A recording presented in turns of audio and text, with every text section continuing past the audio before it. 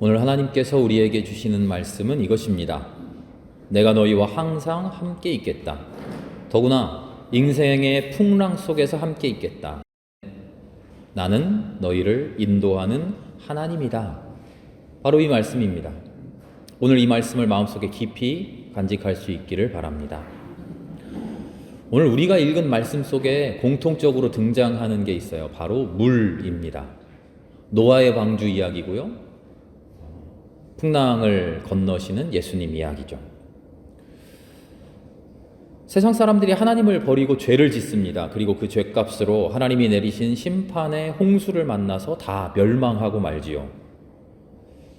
그럼에도 불구하고 하나님께서 은혜를 베풀어 주셔서 홍수 이후에도 생육하고 번성할 수 있도록 노아라고 하는 신실한 사람을 건져내십니다. 근데 생육하고 번성하라 하는 이 말씀이 좀 익숙하지 않으신가요? 오늘 이야기 말고도 창세기 맨 처음을 펼치시면 하나님께서 세상을 만드시고 인간을 만들고 나서 맨 처음 인간들에게 하신 말씀이 바로 이 말씀이었어요. 생육하고 번성해라. 생육하고 번성해라. 잘 살아라 하는 말이죠. 잘 살아라. 그런데 오늘 노아의 홍수가 끝난 이후에 다시 땅으로 나온 노아와 그 가족들에게 하나님 똑같은 말씀을 하시는 거예요. 맨 처음과 동일한 약속을 해주십니다. 홍수로 인해서 망해버린 세계, 아무것도 남아있지 않은 공허한 세상, 그 앞에서 노아에게 말씀하시는 겁니다. 처음 창조 때 너희들에게 약속해 주었던 것처럼 너희들 생육하고 번성해라. 그렇게 직접 말씀으로 약속하시던 하나님께서 이제 신약의 시대로 오면 다른 방법으로 말씀하십니다. 모습을 변화시키셨어요. 인간의 몸으로 이 땅에 오셔서 인간의 몸으로 직접 보여주시고 약속하시죠. 하나님의 아들 예수가 이 땅에 오셔서 하나님의 말씀을 몸으로 살아내시죠. 그 모습을 통해서 약속하시죠. 몸으로 증거하십니다. 풍랑 속에서 오늘은 증거하십니다. 하루 종일 하나님의 나라를 선포하셨어요. 이제 배를 타고 갈릴리 호수 건너편으로 건너가자 하고는 하루 종일 설교하시고 말씀하셨으니 얼마나 피곤하셨을까요? 건너가는 중에 배에서 주무셨어요. 제자들과 함께 갈릴리 바다를 건너가는데 이 갈릴리 바다가 전 가보지 못했습니다만 뭐 그렇게 큰 바다도 아니라 그러더라고요. 그런데 그 조그만 조망만한 바다인데도 그 호수를 건너가는 중에 풍랑이 닥쳐옵니다. 이 예수님 제자들 어부 출신이잖아요. 평생을 고기 잡으며 갈릴리 바다를 누볐던 사람들인데 그럼에도 불구하고 이 풍랑이 그들에게도 두려웠던가 봅니다. 그럴 정도로 거센 풍랑이었나 봅니다. 하나님 나라의 말씀을 듣고 아멘 하고 화답했을 것 아닙니까? 이 사람들이, 이 제자들이. 그리고 그 말씀을 들었던 수많은 사람들 힘을 얻었을 것 아닙니까? 그렇게 힘을 얻고 건너가는데도 풍랑은 무서운 겁니다. 하나님 말씀이 아무리 우리에게 힘을 주고 하나님 말씀이 우리를 든든하게 하더라도 우리는 인생의 어려움을 만나면 바로 무서워해요. 바로 두려워해요. 하나님 우리와 함께 계시지, 하나님 나를 지켜주시지 아무리 영적으로 확신하고 있어도 인생의 어려움을 만나면 우리는 덜컥 겁이 나요. 제자들도 그렇습니다. 그래서 예수님을 흔들어 깨우죠. 예수님 뭐 하고 계시죠? 주무시고 계셔요. 좀 이상하죠? 예수님 왜 주무시고 계실까? 큰 배를 타고 제주도에 간 적이 있는데요. 그 큰 배를 탔는데도 다 그러더라고요. 큰 배를 탈수록 멀미 안 해. 그런데 큰 배를 탔는데 멀미가 나가지고요. 저는 죽는 줄 알았어요. 근데 이 조그만 배, 조망만한 배를 타고 가는데 잔잔한 호수도 아니고 풍랑을 만나서 지금 배가 뒤집히려고 하는데 그냥 풍랑도 아니고 평생을 고기잡이 하면서 잔뼈가 굵은 어부들도 무서워 떠는 그런 풍랑을 만났는데 예수님은 주무시고 계셨다. 얼마나 피곤하셨으면 아닌 것 같아요. 피곤하셔서 완전히 실신하셔서 주무시고 계셨던 것 아닌 것 같아요. 예수님이 뭔가 제자들에게 보여주시려고 뭔가 깨우쳐 주시려고 일부러 주무시고 계신 것 아닐까? 우린 이렇게 성경의 말씀을 의심해 봐야 됩니다. 예수님을 깨우니까 제자들이 도와달라고 하니까 예수님이 말씀하십니다. 왜 무서워하느냐? 나랑 같이 있는데 뭐가 무서우냐? 그렇게도 믿음이 없느냐? 그리고는 바다를 향해서 잠잠하라 명령하시죠. 그랬더니 폭풍우가 멈추고 풍랑이 잠잠해집니다. 노아의 방주 사건에서 우리에게 닥쳐왔던 폭풍우, 풍랑, 그 홍수는 세상을 멸망시키는 풍랑입니다. 왜 멸망당했죠?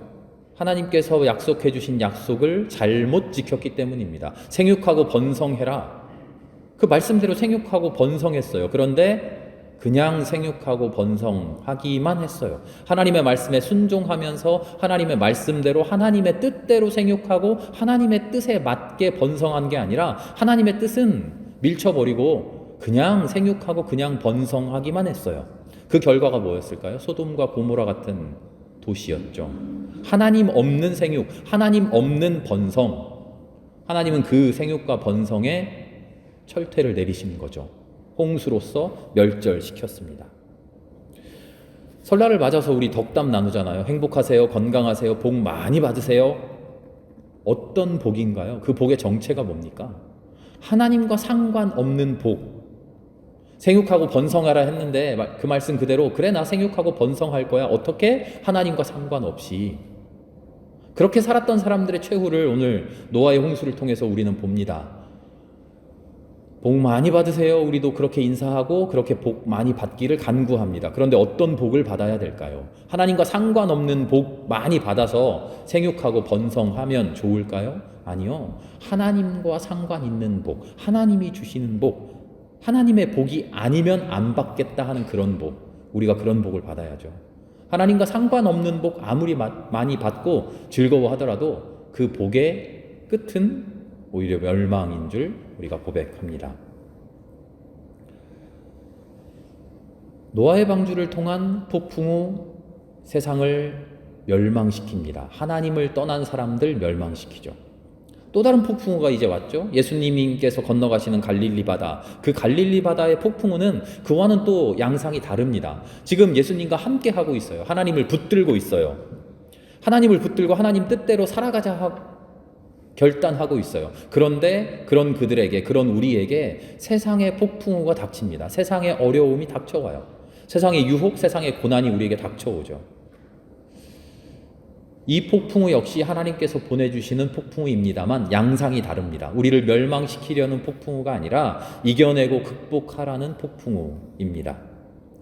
노아의 방주는 인간의 잘못과 인간의 교만의 절정이었습니다. 그래서 교만과 그 아집이 절정에 달했을 때 하나님께서는 멸절시키십니다. 예수님과 함께 한 배에 있으면서도 예수님을 알아보지 못하고 예수님을 온전히 의지하지 못하던 제자들, 그들에게 보내신 폭풍우는 사랑의 폭풍우죠. 인도의 폭풍우죠. 은혜의 폭풍우죠. 두려워하지 마. 걱정하지 마. 이 폭풍우가 너를 죽일 수 없어. 이 폭풍우가 너를 괴롭게 할 수 없어. 주위를 둘러봐. 누가 계신지 봐. 주무시고 계신 예수님. 그분을 흔들어 깨워. 갈릴리 바다에서 우리에게 닥친 폭풍우는 예수님을 흔들어 깨우라는 하나님의 인도하심입니다. 노아의 폭풍우와는 전혀 양상이 다르죠. 하나님이 함께 하시는 곳에서 하나님을 이겨낼 수 없는 폭풍우, 하나님께서 한마디만 하시면 잠잠해져 버릴 그런 폭풍우, 아무것도 아닌 폭풍우, 두려워할 필요 없는 폭풍우, 그 폭풍우를 우리에게 보여주시는 겁니다. 두려워해야 할 폭풍우 앞에서는 두려워하지 않는 인간의 교만한 삶, 그것을 노아의 홍수로서 보여주시죠. 하나님을 제대로 알지 못하면, 하나님을 두려워하지 않으면, 하나님 앞에 교만하게 살면 너희의 삶의 멸망은 그 끝은 이거야. 이 정도는 내 능력으로 이겨낼 수 있을 거야 하고 교만하다가 마침내 죽게 될 뿐이야. 하나님이 일러주시는 첫 번째 깨우침이십니다. 그래서 하나님을 찾으라 하십니다. 그렇게 하나님을 찾아 살아가지만 하나님을 온전히 의지하지 못하고 하나님과 하나 되지 못하고 나 하나님 잘 알아 하고서는 내 뒷호주머니에 꽂아만 놓고 골방 속에 밀쳐만 놓고 나 하나님 잘 믿지, 하나님 말씀대로 살지 하면서 정작 하나님을 깨우지는 않고 정작 쿨쿨 잠만 자게 내버려 두고 있는 삶 속에 폭풍우를 보내셔서 우리를 또 깨우치게 하십니다. 하나님과 함께 있어야 하지 않겠어? 너를 만난 하나님이, 너와 함께 하고 있는 하나님이 쿨쿨 잠만 자게 내버려 둬야 되겠어? 우리에게 닥치는 세상의 폭풍우를 모두 잠재우고 고요하게 하실 바로 그분을 우리의 삶 속에서 깨워야 되지 않겠니? 우리에게 말씀하시는 두 번째 깨달음의 폭풍우. 오늘 주님께서 우리에게 주시는 말씀은 단순합니다. 명료합니다. 바로 이것입니다. 폭풍 없는 바다는 없다. 너희의 인생에 폭풍은 닥칠 수밖에 없다. 그러나 그 폭풍 속에 내가 너희와 함께 있다. 세상의 역사에 어떻게 폭풍이 없을 수 있을까? 어려움이 없을까? 어떻게 질고가 없을까? 그러나 그 삶의 소용돌이 속에, 그 역사의 소용돌이 속에, 그 어려운 한복판에 내가 함께 있다. 우리의 삶은 참 어렵습니다. 우리의 인생은 험난합니다. 누가 더 어렵고 누가 더 쉬웠냐 뭐 비교할 수 없죠. 누구는 그렇지 않습니까? 나의 인생을 돌아보면 다른 사람은 나를 어떻게 생각할지 몰라도 누구에게도 말할 수 없는 그 누구도 이해하기 어려운 어려움이 나에게 있지 않습니까? 그 어려움을 겪으면서 헤쳐내며 살아오지 않았습니까? 쉽게만 살아온 인생 없습니다. 복되기만 했던 역사 없죠.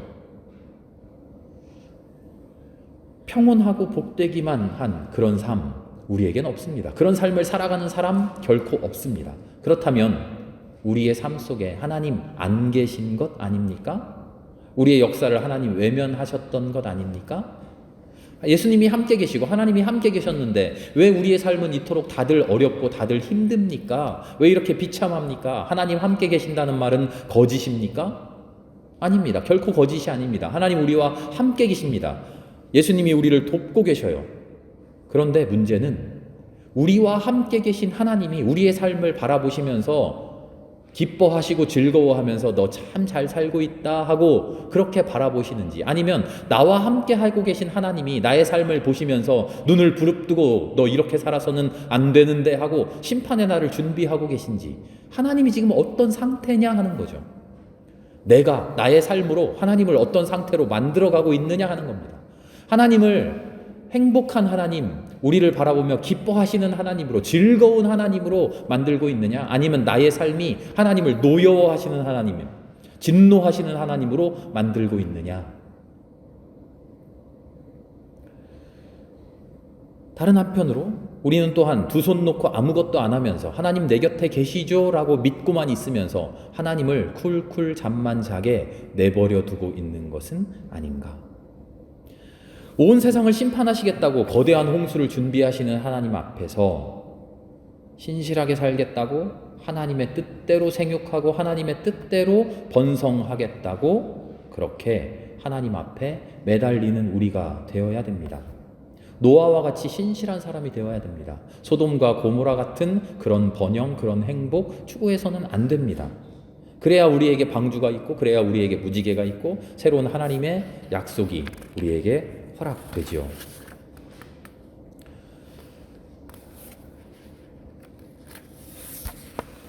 갈릴리의 풍랑 속에서 한편으로 우리는 주무시고 계신 예수님을 만납니다. 우리의 힘으로 이 풍랑을 막아보겠다고, 이 풍랑을 잠재워 보겠다고, 내 곁에 예수님 계신다고 우리 아등바등 해봐야 소용없습니다. 문제는, 중요한 것은 나와 함께 계신 예수님이 깨어 있어야 됩니다. 예수님이 몰라서, 내가 풍랑 닥친 줄 몰라서 쿨쿨 잠만 자고 계신 것 아닙니다. 예수님이 무심해서, 우리에게 관심 없어서 주무시고 계신 것 아니에요. 예수님이 주무시고 계신다, 예수님을 깨워야 한다 이렇게 표현은 했지만 이 말을 바꾸면, 이 표현을 바꾸면 이런 겁니다. 예수님이 지금 우리를 도와주겠다고, 우리를 살려주겠다고 지금 준비하고 계신데 우리는 예수님을 쳐다보지 않고 예수님 함께 있다, 나를 지켜주시지 라고 말만 하면서 예수님께 의뢰하지 않고 예수님께 매달리지 않고 내 힘으로 어떻게 해보겠다고 바가지 들고 물 퍼내고 있다는 거예요. 그런 예수님을 안타깝게, 그런 우리를 예수님이 안타깝게 바라보고 계시죠. 그게 예수님 주무시고 계신다라는 표현이에요. 달려가야죠. 예수님께 달려가서 예수님을 흔들어 깨우면서 나를 살려주세요 해야죠. 일어나시라고, 일어나서 나를 구원해달라고. 내 이 바가지 가지고, 내 힘 가지고 아무리 퍼내봐야 되지 않는다고. 예수님이 말씀하시고 예수님이 내 삶에 개입하시고 내 삶을 주장하셔서 나에게 닥친 풍랑을 향해서 잠잠해라 말씀해 주셔야 한다고. 우리의 임무입니다. 우리의 역할입니다. 주님을 찾는 것. 하지만 하나님의 간곡한 부탁이고 예수님의 간절한 바람이기도 합니다. 오늘 예수님이 이렇게 말씀하십니다. 제발 나를 깨워라. 나는 네 옆에 있는데 잠자고 있다. 몰라서 잠자는 게 아니라 짐짓 잠자는 척하고 있다. 코 고는 척하고 있다. 어떻게? 너희들 어떻게 하는가 보려고. 다 알고 있지만 모르는 척, 눈 감고 자는 척하고 있다. 너희가 나를 찾는지 아니면 내가 자라고 나를 밀쳐놓고 너희 힘으로 하려고 아등바등 하는지 나는 그것을 보려고 잠자는 척하고 있다. 그런 나를 깨워라. 나는 지금 너희를 살릴, 도울 만반의 준비를 하고 있다. 나를 깨우기만 해라. 나에게 매달려라. 내가 하나님의 아들이지만 나를 하나님의 아들로 믿고 나를 신앙하고 나를 신뢰하고 나를 의지하지 않으면, 나에게 기도하지 않으면 나는 그냥 목수 예수에 불과하다. 나는 그냥 2000년 전 세상에 살았던 예수라고 하는 한 사람에 불과하다. 나를 믿지 않으면, 나에게 의지하지 않으면. 그러나 나와 함께하면, 나를 깨우고 나에게 매달리면, 나에게 기도하면, 내 세계 속으로 들어오면, 내 사람이 되면, 내 딸이 되고 내 아들이 되면, 나의 구원의 섭리 안으로 들어오면 구원받는 자가 된다. 내가 너희의 삶을 온전히 주장하는 너희의 하나님이 된다. 폭풍은 고난입니다. 아픔입니다. 이 폭풍 앞에서, 아픔 앞에서 우리는 어떻게 살아야 될까요? 그냥 매몰되어 버리고, 그냥 짓밟혀버리고, 포기하고 무너지고 그렇게 살아야 할까요? 아니면 내 힘으로만 어떻게 해보겠다고, 내 힘으로 해보겠다고 아등바등하며 그렇게 살아야 할까요? 고난은 우리의 삶의 종착지가 아닙니다. 죽음은 우리의 삶의 마지막이 아닙니다. 고난은 누구에게나 주어지는 역사의 고비마다 겪어야 하는 한 과정들입니다. 중요한 것은 그 고난을 절망으로 받아들이면 안 되는 것이죠. 그 고난을 공포로 받아들이면 안 되는 것이죠. 그 고난, 그 아픔 앞에서 하나님께 매달리는, 하나님이라고 하는 참된 새로운 희망을 발견하는 것이죠. 고난은 그래서 하나님을 바라보는, 하나님에게로 나아가는 은혜의 통로가 됩니다. 하나님의 역사 속으로 뛰어 들어가는 길이 됩니다. 예수님의 삶 속으로 들어가는 유일한 길이 되죠. 풍랑, 역사, 나의 삶, 가정, 사회, 그 모든 곳에 하나님은 함께 계십니다. 임재하고 계십니다. 그런데 주무시는 형태로 임재하고 계십니다. 깨워야 됩니다. 하나님을 깨워야 됩니다. 우리 한번 주무시는 분을 깨워봅시다. 지금 나를 깨워달라고 제발 안타깝게 조용히 소리치고 계시는 그분을 깨워봅시다. 나를 깨우기만 하면 풍랑이 멎는다. 나를 깨우기만 하면 바람이 잔잔해진다. 나를 깨우기만 하면 이 무서운 바다가 오히려 너에게 은혜의 바다가 된다. 나를 깨우기만 하면 이 온 세상이 구원의 세상이 된다. 라고 우리를 기다리고 계시는 그분을 우리는 깨워봅시다. 어떻게 깨웁니까? 찬송으로 깨웁니다. 기도로 깨웁니다. 봉사하는 손길로 깨울 수 있어요. 주님께 내 마음을 전달하기만 하면 됩니다. 주님 사랑합니다. 주님 나를 만나주세요. 나의 마음을 전하기만 하면 됩니다. 아무리 흔들어 깨워도 예수님 끝까지 주무셨더라. 성경 그렇게 말하지 않습니다. 죽은 듯 깊은 잠에 빠져 계셨던 그분이 제자들이 깨우자마자 너희들 뭐 하고 있었니? 하고 오히려 제자들을 책망하십니다. 나를 안 깨우고 처음부터 나에게 매달리지 않고 뭐 하고 있었니? 하나님 죽은 듯, 하나님 주무시는 듯 그렇게 임재하고 계셔서 야속해 보이지만 우리가 주님께 손 벌리기만 하면 말을 건네기만 하면 하나님 우리를 도와주십시오. 우리를 구원해 주십시오. 우리를 살려 주십시오. 내가 주님만을 의지합니다. 말씀을 꺼내기만 하면 언제 주무셨냐는 듯 주님 벌떡 일어나 우리를 구원해 주시죠. 우리의 생각만 바꾸어도 주님을 깨울 수 있습니다. 하나님의 말씀을 묵상하기만 하면 하나님의 마음이 어떤 마음일까? 하나님 어떤 생각 가지고 계실까? 하나님 나의 삶을 어떻게 보고 계실까? 하나님에 대한 생각을 떠올리기만 해도 하나님 번뜩 깨십니다. 내 삶의 한 조각만이라도 예수를 따라 살아가려고 노력하면 예수님 번뜩 일어나십니다. 우리를 도와주시죠. 내 옆에 소중한 사람들, 그들을 잠시라도 진심으로 사랑하면 예수님 번쩍 일어나십니다. 나라를 위해, 사회를 위해, 역사를 위해 우리가 고민하기 시작하면 바로 그곳에 하나님 눈을 번쩍 뜨십니다. 몫으로 살아가는 예수를 하나님이 깨우셨습니다. 그리고 그를 그리스도로 살게 하셨습니다. 십자가 위에서 죽으시면서 예수님이 하나님을 또 깨우셨습니다. 하나님께서 온 세상을 위해 구원의 손길을 베푸셨습니다. 성령께서 이 땅에 오셔서 우리 그리스도인들을 다 깨워내셨습니다. 그래서 아름다운 구원의 사람들로 살아가게 하셨죠. 그리스도인들의 처절한 삶이 피땀으로 기도하며 이 세상을 바라보시는 하나님을 깨우고 하나님을 몰랐던 사람들을 깨우고 하나님 곁으로 함께 나아가게 합니다. 그 하나님이 다시 우리를 깨워주십니다. 나를 깨우라고. 잠자고 있는 예수를 깨우라고. 잠들어 있는 희망을 깨우라고. 잠들어 있는 하나님을 깨우라고. 우리의 영의 문을 두드려 깨우고 계십니다. 어려운 풍랑을 만나며 살아갑니다. 어느 경우에나 어느 삶에나 우리 곁에 잠자는 모습으로 주님이 계십니다. 풍랑을 만날 때 우리의 눈을 주님께로 돌립시다. 잠자고 계신 야속하게만 보이는 그분을 깨워봅시다. 매달려 봅시다. 그러면 그분께서 오히려 우리에게 말씀하실 겁니다. 왜 이제야 깨웠니?